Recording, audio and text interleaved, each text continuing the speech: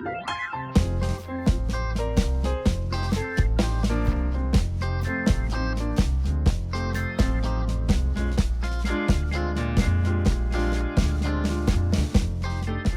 I'm at Sweethope again on another blustery day. I'm fishing the little lock, and I'm starting with a dry daddy longlegs.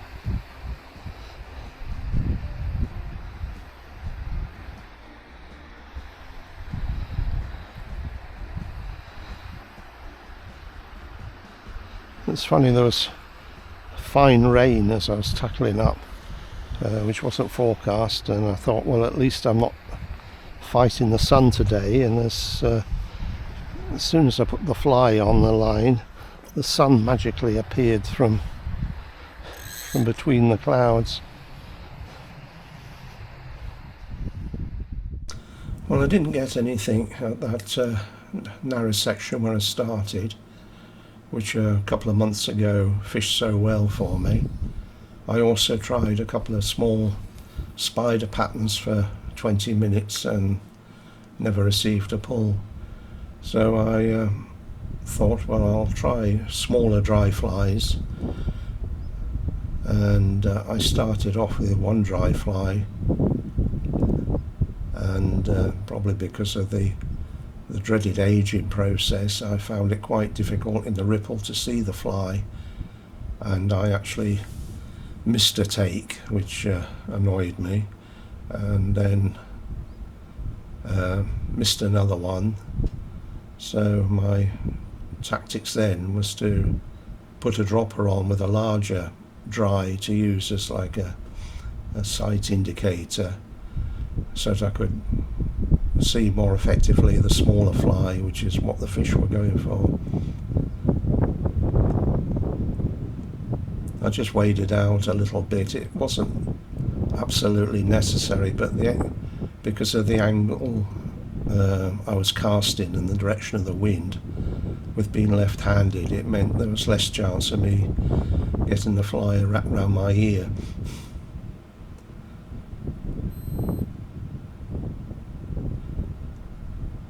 So as usual, I've got the first fish on, a small dry, very spirited fight.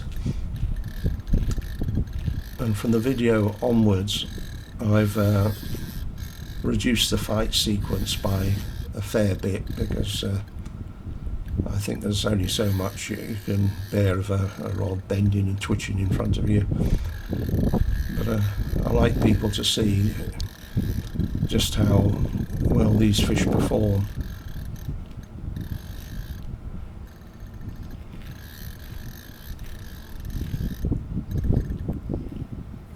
The section I was fishing had quite a bit of dense weed in front of me, and that was acting like a kind of barrier, so the rainbows were swimming up beside the weed, and by casting to that edge I was getting my opportunities.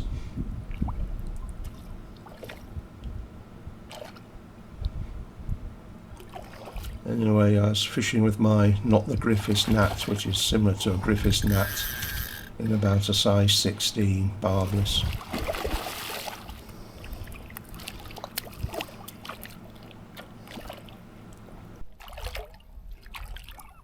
There we go.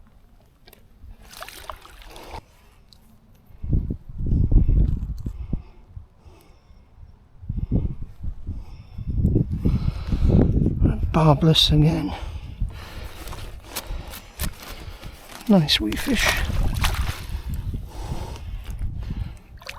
There you go.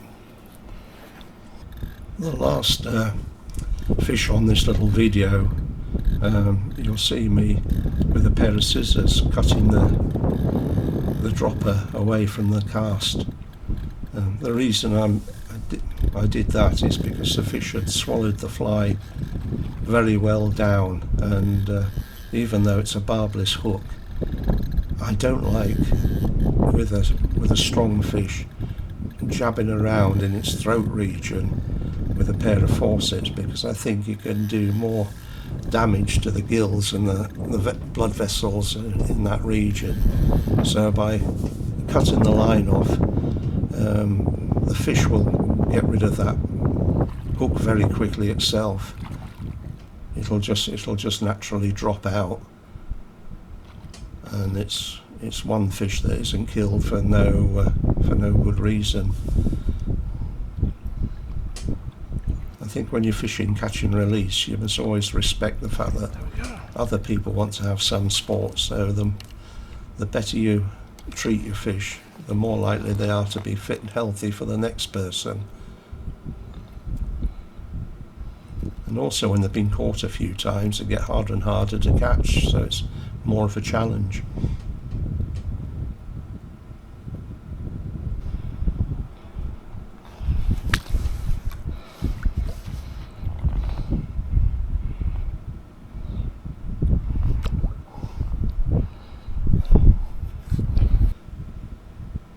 If you look at that tree, you can get an idea of just how powerful the wind is.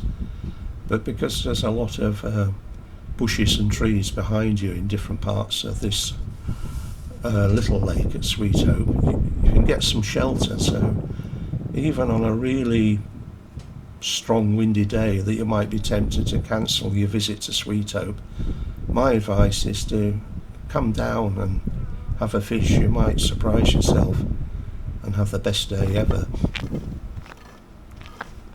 Just wandering up to this top corner where there's a dam, and I noticed these amazing funguses. Just the job to invite the taxman round for a meal and see how he gets on with those.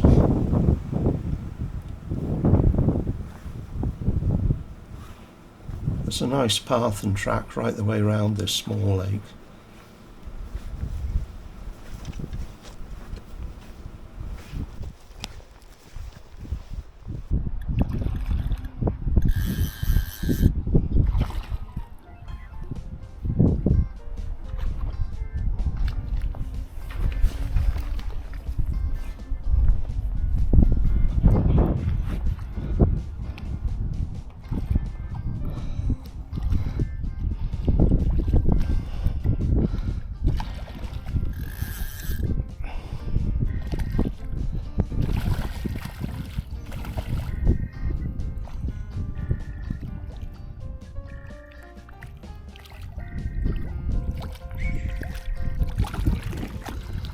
Go.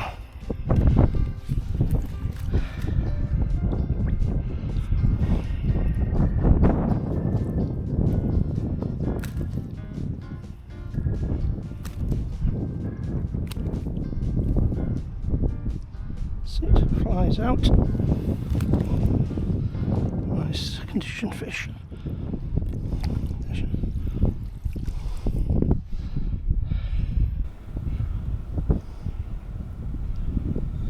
Well, I've gone and walked right the way around to the opposite side of the little lake. There were several nice places to fish, but made very difficult on the day because of the wind direction. So with the wind blowing in the opposite direction, it would open up about 50% more places to fish. I had to virtually manhandle or drag that small fish through that weed. Luckily it's that variety that easily breaks away, so there was no problem there.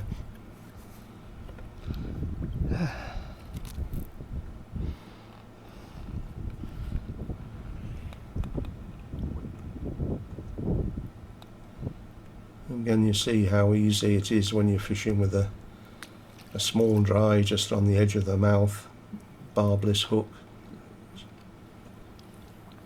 Fishes away. You can probably spend the day feeling miserable and sorry for itself, but then it'll be caught by somebody else in a couple of days' time.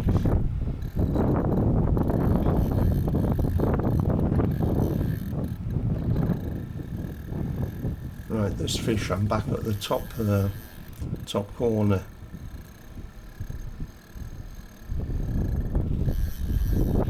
Yeah.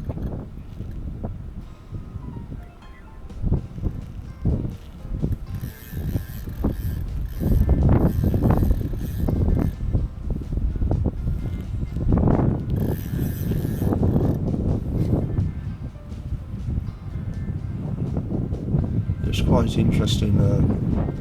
I got to that top corner and another couple of anglers were just setting up, and they were asking me what the sport was like, so I told them for me it was dry flies and so on, and they were still tackling up, and my first drop in I hooked this fish, so I was able to visually confirm what I've been saying.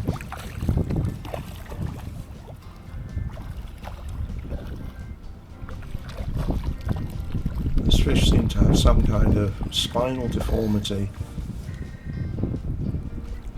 It did stop it from fighting hard, but the swimming was quite sort of strange, had a kind of an erratic twist to it.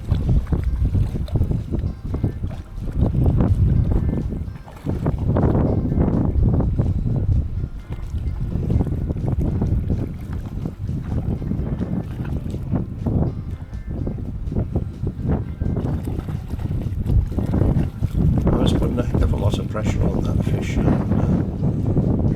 it's always surprising that those little flies hold so well.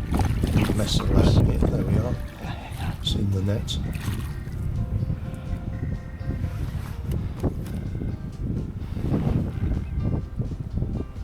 And this particular fish I got on a small parachute fly, 14 hook. Because it's not as well designed as the other hook on the Griffiths Nat, I then managed to lose a further 2 fish standing at the same place. Go on. There he goes. See what I mean about the twisted back?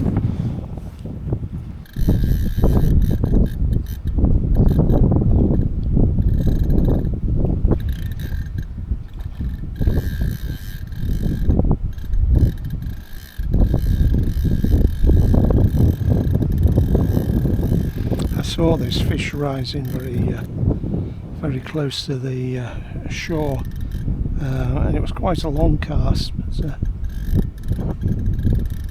I locked it in the general direction and it rolled nicely onto the fly. I don't know which one it's taken yet.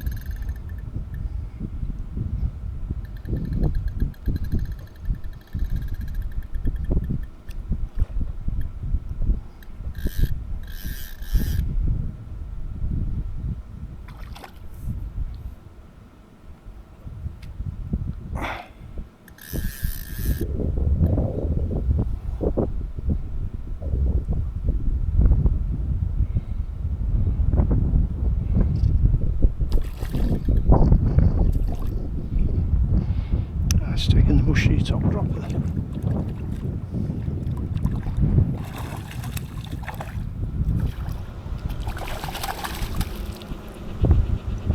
Oh dear.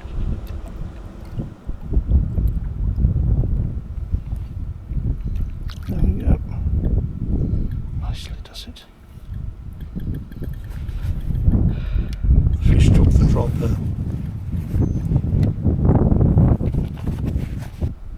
About a size 14, right down its throat.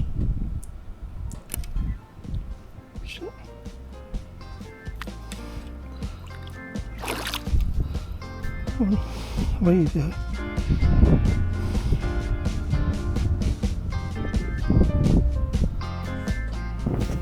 Well, if you got to this point, very thankful.